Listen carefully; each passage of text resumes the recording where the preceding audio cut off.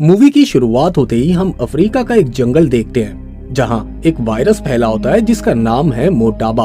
अब इस जगह पर कुछ डॉक्टर्स और साइंटिस्टों की टीम आती है जो कि इन्फेक्टेड हुए कुछ लोगों का ब्लड सैंपल लेते हैं। उसके बाद ये लोग वापस चले जाते हैं। कुछ ही देर के बाद अमेरिकन आर्मी के जनरल एक ऑर्डर पास करते हैं जिसमें ये लिखा होता है कि इस गांव पर बम गिराकर इसे तबाह कर दिया जाए ताकि यहाँ के इन्फेक्टेड लोग मर जाएं और ये वायरस आगे ना फैल सके। इसके बाद हम 28 साल बाद का सीन देखते हैं जिसमें हम इस मूवी के मेन कैरेक्टर को देखते हैं जिसका नाम है सैम। सैम अपनी वाइफ के साथ ही रहता है जिसका नाम है डॉक्टर रूबी। दरअसल सैम अमेरिकन आर्मी में ही काम करता है। कुछ ही देर के बाद सैम को जनरल की कॉल आती है जिसमें वो लेवल 4 की डिटेल्स बताते हैं। दरअसल लेवल 4 एक तरह की डिजीज है जिसमें लाइफ के लिए हाई रिस्क होता है। अब इस डिजीज की मजीद जानकारी के लिए सैम जनरल से मिलने जाता है। यहाँ पर सैम की मुलाकात अलग अलग ऑफिसर से होती है जिसमें एक जनरल बिली भी शामिल होता है। मेजर सॉल्ट का ये पहला मिशन है कर्नल सैम के साथ। जब वो दोनों अफ्रीका के जंगल में पहुँचते हैं जहाँ ये वायरस आउटब्रेक हुआ था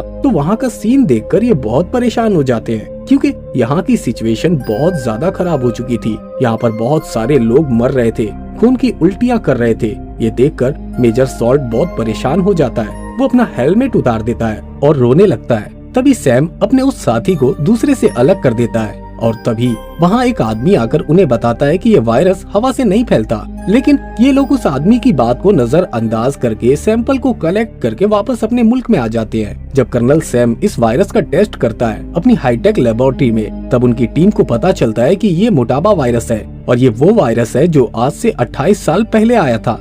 उन्हें ये भी पता चलता है कि ये वायरस बहुत तेजी से फैलता है, यानी कि ये 1 घंटे में डबल हो जाता है। अगर इस वायरस से बचने की कोशिश ना की जाए तो इससे इंसान की मौत भी हो सकती है। इस वायरस की सबसे बड़ी बात ये कि ना तो ये वायरस टच करने से फैलता है और ना ही ये हवा से फैलता है। और इन्वेस्टिगेशन करने पर पता चलता है कि ये वायरस बंदरों से आया है। दरअसल ये वायरस मैन मेड है लेकिन किसी ने ये वायरस बंदरों में भी डाल दिया है। दूसरी तरफ हम देखते हैं कि साइंटिस्ट अभी भी अफ्रीका से बंदर लेकर अपने दूसरे मुल्कों की तरफ जा रहे हैं ताकि वो लोग उस पर एक्सपेरिमेंट कर सके। सैम ये सारी बातें अपने सीनियर्स को बताता है और कहता है कि ये बीमारी बंदरों से आई है, इसलिए फौरन ही अफ्रीका से जानवरों की इंपोर्ट और एक्सपोर्ट को बंद कर दी जाए क्योंकि ये हाई रिस्क का मामला है। लेकिन उसके सीनियर सैम की बातों को इग्नोर कर देते हैं। अब हम देखते हैं कि एक शख्स अफ्रीका के जंगल से एक बंदर को स्मगलिंग करके कैलिफोर्निया लेकर जा रहा है। उस वक्त जब बंदर पानी पी रहा होता है तो वो बंदर पानी पीते वक्त उस शख्स के ऊपर उल्टी कर देता है। दरअसल इस आदमी का नाम जेम्स होता है। जेम्स इस बंदर को बेचने के लिए एक शॉप पर जाता है। जब वो शॉपकीपर उस बंदर को चेक करता है तब वो बंदर उस शॉपकीपर के हाथ पर पंजा मार देता है जिससे वो जख्मी हो जाता है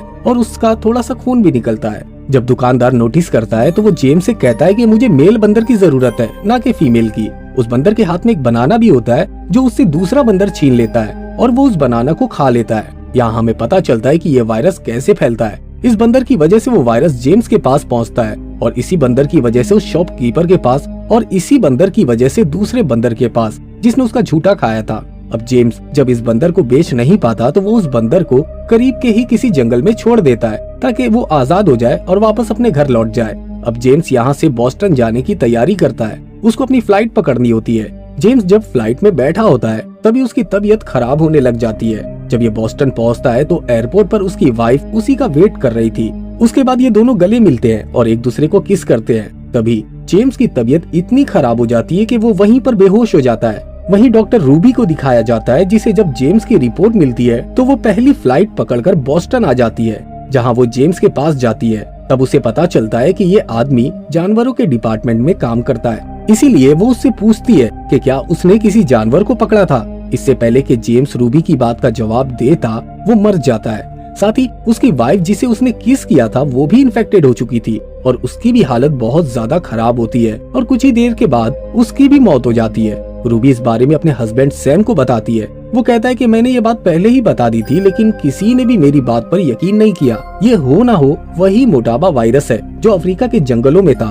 और अब ये वायरस अमेरिका तक पहुंच गया है। वहीं उस शॉपकीपर को दिखाया जाता है जिसके हाथ में बंदर ने काटा था। वो भी अब बीमार हो जाता है। साथ ही वो बंदर भी बीमार हो जाता है जिसने उसका झूठा केला खाया था। अब इस दुकानदार को हॉस्पिटल में लेकर जाया जाता है जहाँ उसके ब्लड सैंपल को लैब में भेजा जाता है जहां लैब का वर्कर उस ब्लड सैंपल को मशीन के अंदर डालकर किसी दूसरी एक्टिविटी में बिजी हो जाता है। वो मशीन को बंद किए बगैर ही उसका ढक्कन खोल देता है, जिससे ब्लड की ट्यूब फट जाती है और बहुत सारा ब्लड उसके चेहरे पर गिर जाता है। शाम को लैब का वही वर्कर अपनी गर्लफ्रेंड के साथ मूवी देखने जाता है, जहाँ बहुत सारे लोग होते हैं, लेकिन उसकी तबीयत वहीं पर खराब होने लगती है। उसे खांसी आने लगती है। जब वो खांसता है तो उसके मुंह से छींटे निकलते हैं, जो सांस लेने के दौरान कई दूसरे लोगों के मुंह के अंदर चले जाते हैं और एक साथ इस आदमी ने कई लोगों को इन्फेक्टेड कर दिया था। अब यह वायरस और तेजी के साथ फैलना शुरू हो जाता है। वहीं डॉक्टर रूबी और उसकी टीम को दिखाया जाता है, जो इस बात से बहुत खुश होते हैं कि पिछले 24 घंटों से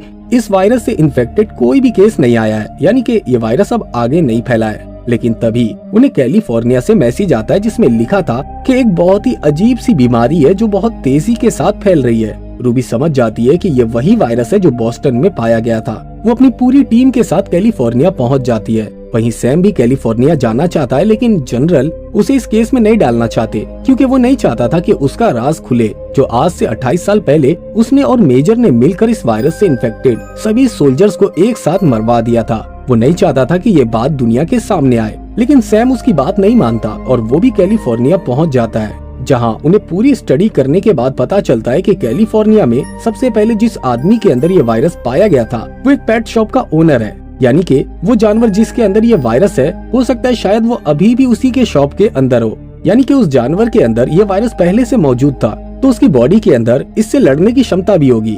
यानी कि इस वायरस से लड़ने की एबिलिटी भी उसी के पास मौजूद है। और अगर इन्होंने उस जानवर को पकड़ लिया तो इस जानवर के टेस्ट करने के बाद वो इस वायरस की दवा भी बना सकते हैं। रूबी अपनी टीम के साथ उस शॉपकीपर की शॉप में जाती है, जहाँ वो देखती है कि वहाँ एक बंदर है जो बहुत बीमार है। वो कहती है कि ये वो बंदर नहीं हो सकता, क्योंकि अगर इस बंदर के अंदर ये वायरस पहले से होता तो ये इस तरह बीमार नहीं होता। हमें इसके ब्लड सैंपल्स लेने होंगे। वहीं सैम को दिखाया जाता है, जो जनरल के पास जाता है और उसे बताता है कि मोटाबा वायरस अब हवा में फैलना शुरू हो गया है और इस वायरस से बचने के लिए हमें इस पूरे शहर को क्वारंटाइन करना होगा। चारों तरफ अफरा तफरी का माहौल होता है, क्योंकि शहर को चारों तरफ से सील जो कर दिया गया था, ताकि कोई भी इन्फेक्टेड इंसान यहाँ से बाहर ना निकल सके। वहीं हॉस्पिटल के बाहर दिखाया जाता है, जहाँ जनरल ने दवाइयों का एक ट्रक भेजा होता है, जो आज से 28 साल पहले जब पहली बार ये मोटाबा वायरस मिला था तो इस वायरस का क्योर ढूंढ लिया गया था और तभी उसकी वैक्सीन भी बना दी गई थी। और यहाँ पर यह वैक्सीन सभी मरीजों को दी जाती है, पर यह वैक्सीन किसी पर भी असर नहीं करती, क्योंकि इस वायरस का वेरिएंट अब बदल चुका है। आज से 28 साल पहले जो वायरस मिला था, ये वैक्सीन उसी के लिए बनाई गई थी, पर अब यह वायरस म्यूटेंट हो चुका है और इस वैक्सीन का उस वायरस पर कोई भी असर नहीं होता। जब यही वैक्सीन बीमार बंदर को लगाई जाती है तो वो पूरी तरह से ठीक हो जाता है, क्योंकि इस बीमार बंदर के अंदर इस वायरस की फर्स्ट स्टेज थी और ये वैक्सीन उसी स्टेज के लिए बनी होती है। सैम समझ जाता है कि आर्मी के पास पहले से ही मोटाबा वायरस की इंफॉर्मेशन थी, लेकिन ये बात उनसे छुपाई गई। अब सैम की टीम का एक डॉक्टर इस वायरस से इन्फेक्टेड हो जाता है। जब सैम की वाइफ रूबी उस मरीज को इंजेक्शन लगाती है तो उसकी बॉडी झटके खा रही होती है और उस इंजेक्शन की सिरिंज रूबिका के हाथ में लग जाती है। ये बात वो सैम को नहीं बताती, लेकिन जब वो अपना हाथ धो रही होती है, सैम वहाँ पहुँच जाता है। तब सैम को पता चल जाता है कि रूबी के हाथ में भी सिरिंज लग चुकी है, यानी कि अब वो भी इस वायरस से इन्फेक्टेड हो चुकी है। सैम ये सब देखकर बहुत गुस्से में था। यहाँ से वो जनरल के पास जाता है। वो कहता है कि तुम्हें वायरस का पता था, इसलिए तुम्हारे पास इसकी वैक्सीन पहले से मौजूद थी। अगर आर्मी चाहती तो वो उन हजारों लोगों को बचा सकती थी। हमें इस पर और रिसर्च करनी चाहिए थी, पर आर्मी वालों ने इस वायरस को अपने पास बचा कर रखा, क्योंकि वो इस वायरस को एक बायोलॉजिकल वेपन बनाना चाहते थे। अगर आर्मी इस वायरस के बारे में नहीं छुपाती तो मेडिकल में हमें इस वायरस के बारे में पढ़ाया जाता और हम उन मरीजों को जो शुरू में इन्फेक्टेड हुए थे उन्हें बचा सकते थे और ये वायरस दुनिया में इस तरह ना फैलता जिस तरह अब ये फैल रहा है। जनरल सैम को बताता है कि आज रात को 8 बजे ये पूरा शहर बॉम्ब से उड़ा दिया जाएगा, क्योंकि ये अमेरिकन प्रेसिडेंट का ऑर्डर है। ये सुनकर सैम वहाँ से निकल जाता है। उसे उसके एक साथी की कॉल आती है, जो कर्नल सैम को बुलाता है कि जो इंसान इस वायरस से सबसे पहले इन्फेक्टेड हुआ था, कुछ दिन पहले पानी की एक शिप के साथ वो अफ्रीका से यहाँ पर आया था और उस शिप से उसने एक जानवर को स्मगल किया था। वो जानवर कौन था, इस बारे में हमें कुछ भी नहीं पता। सैम किसी तरह पता करके उस शिप पर पहुँच जाता है सैम उस शिप पर मौजूद लोगों से कहता है कि वो यूएस आर्मी में एक डॉक्टर है, मुझे तुम्हारी मदद की जरूरत है। शिप का जो क्रू मेंबर होता है वो सैम को एक कमरे में ले जाता है जहाँ उस आदमी की डेड बॉडी होती है जो अफ्रीका से बंदर को पकड़कर लाया था। वो भी मोटाबा वायरस से मर चुका होता है। सैम जब उस कमरे में जाता है तो उसे वहाँ पर एक बंदर की फोटो मिल जाती है। वो समझ जाता है कि ये वही बंदर है जिसने इंसानों को इन्फेक्टेड किया है, यानी कि उसकी बॉडी के अंदर ये वायरस मौजूद है। लेकिन वो फिर भी ठीक है क्योंकि उसकी बॉडी में इस वायरस से लड़ने की ताकत है। अगर ये बंदर सैम को मिल जाता है तो वो इसे टेस्ट करने के बाद इस वायरस की दवा बना सकता है। वो उस बंदर की फोटो टीवी पर डाल देता है और कहता है कि अगर किसी ने भी इस बंदर को देखा है तो वो इससे दूर रहे और जल्द से जल्द हमें इसकी इन्फॉर्मेशन दे। इस न्यूज को एक लेडी भी देख लेती है। दरअसल उसकी बेटी ने ही इस बंदर से दोस्ती की होती है। वो सैम को फोन करके इन्फॉर्म करती है। सैम अपनी टीम के साथ उसके घर तक पहुंच जाता है। वो उस बच्ची से कहता है कि तुम्हें उस बंदर को बुलाना होगा क्योंकि वो तुम्हारा दोस्त है। सबको उस बंदर की जरूरत है। बच्ची जंगल से बंदर को बाहर बुला लाती है। जब बंदर बाहर आता है तो उसे गन फायर से बेहोश कर दिया जाता है। वहीं हम यूएस आर्मी को देखते हैं जो मिसाइल से इस पूरे शहर को उड़ाने के लिए उड़ चुकी होती है। सैम जब कर्नल को फोन करके बताता है कि हमें इस बीमारी का होस्ट मिल गया है, वो जानवर जिससे ये बीमारी फैली थी अब वो उनके कब्जे में है। कर्नल कहता है कि मैं कुछ देर के लिए उन लोगों को हमला करने से रोक सकता हूँ, लेकिन तुम जल्दी मुझ तक पहुँच जाओ। सैम उस बंदर को लेकर लैब तक पहुँच जाता है जहाँ बंदर की बॉडी से ब्लड निकालकर अब दवा बनाने की तैयारी होती है। उसके बाद सैम अपनी वाइफ रूबी के पास जाता है जो इस वायरस से बहुत ज्यादा इन्फेक्टेड हो गई थी। अब सैम इस बीमारी का एंटीडोट बना चुका है जो अब अपनी वाइफ की बॉडी में इंजेक्ट करता है जिससे वो ठीक होना शुरू हो जाती है। सैम को बताया जाता है कि शहर के ऊपर बॉम्ब गिराने के ऑर्डर को अभी तक कैंसिल नहीं किया गया है। अब ये दोनों सैम और उसका साथी दोनों भी एक हेलीकॉप्टर में बैठते हैं ताकि वो जल्द से जल्द उस प्लेन को रोक सके जो इस शहर पर बॉम्ब गिराने वाला है। सैम का उस पायलट से कांटेक्ट हो जाता है जिससे वो कहता है कि अब बॉम्ब को मत गिराओ क्योंकि हमारे पास इस वायरस की दवा है। लेकिन मेजर डोनाल्ड उन्हें लगातार ऑर्डर दे रहा होता है और कह रहा होता है कि उन्हें शहर पर बॉम्ब गिराना है। लेकिन पायलट कर्नल सैम की बात को सुन लेते हैं। वो जानबूझकर उस बॉम्ब को समुद्र के ऊपर गिराते हैं जिससे शहर बच जाता है। मेजर डोनाल्ड उन्हें फिर से ऑर्डर देते हैं कि बॉम्ब को वो लोग एक बार फिर से लोड करके शहर के ऊपर फेंकाएं ताकि हम इस शहर को पूरी तरह से खत्म कर सके।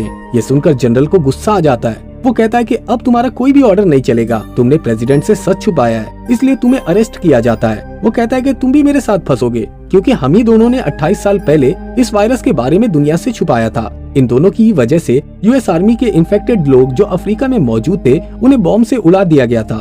तब जनरल कहते हैं कि ये बात अब हमारे हाथों से निकल चुकी है। इसके बाद मेजर डोनाल्ड को गिरफ्तार कर लिया जाता है। आखिर में दिखाया जाता है कि सैम अपनी वाइफ रूबी के पास पहुंच जाता है जो पूरी तरह से ठीक है, यानी कि इस वायरस का एक सही इलाज मिल चुका है। और इसी के साथ ये मूवी यहीं पर खत्म हो जाती है। दोस्तों, अगर आपको हमारा ये वीडियो पसंद आया हो तो वीडियो को लाइक करके चैनल को सब्सक्राइब कर दें और हाँ, बेल आइकॉन के बटन को दबाना ना भूलें।